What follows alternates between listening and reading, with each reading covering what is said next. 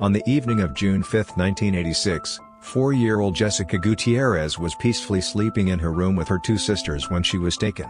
It is thought that the intruder or intruders entered the home through the living room window. The following morning, her mother, Deborah, found a chaotic scene. Curtains were torn from the windows, papers were scattered across the bedroom floor, and the front door stood ajar. Jessica's 6-year-old sister reported that a man with a magic hat had taken her. Tragically, Jessica was never found, and her family suspects that a close family friend may have been involved.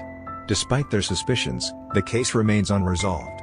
The family friend believed to be the kidnapper was a 27-year-old man with a criminal history that included auto theft and rape in North Carolina. This crime took place just weeks after Jessica vanished. Following his arrest, his fingerprints were found to match those on the outside of Jessica's bedroom window. Additionally, Deborah discovered fibers in his vehicle that she believed were connected to Jessica.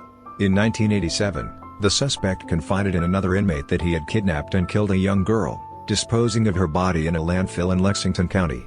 He expressed a willingness to confess to the police if granted immunity, but his request was denied, and he never confessed.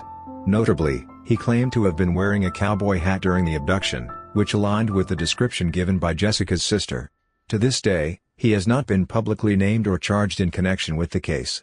At one point, Jessica's father was considered a suspect, but he was able to demonstrate that he was in California when she disappeared, leading to his exoneration.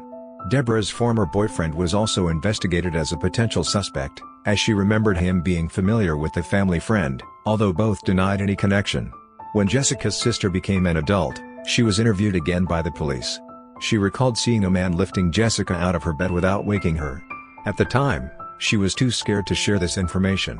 It's unclear if she was able to identify the man, but authorities suspect he was a family friend and now consider him the main suspect in the case. In 2007, Deborah publicly criticized the way investigators handled the case. During a confrontation with Sheriff Metz, he allegedly threatened to cease the investigation entirely. Interestingly, Metz was later arrested on charges of corruption. Deborah expressed hope that new investigators would take over the case. The non-profit organization Unfinished Files took on the investigation, collaborating closely with Deborah in their quest to find Jessica. In September 2021, local law enforcement and the FBI joined forces to revisit the case.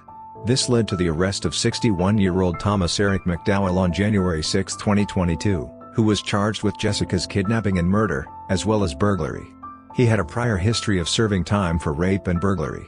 A fingerprint discovered in the Gutierrez home matched his, and a witness, believed to be her sister, identified him as the kidnapper from a photo lineup.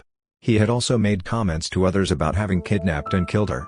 It is suspected, though not confirmed, that he is the family friend mentioned by Deborah.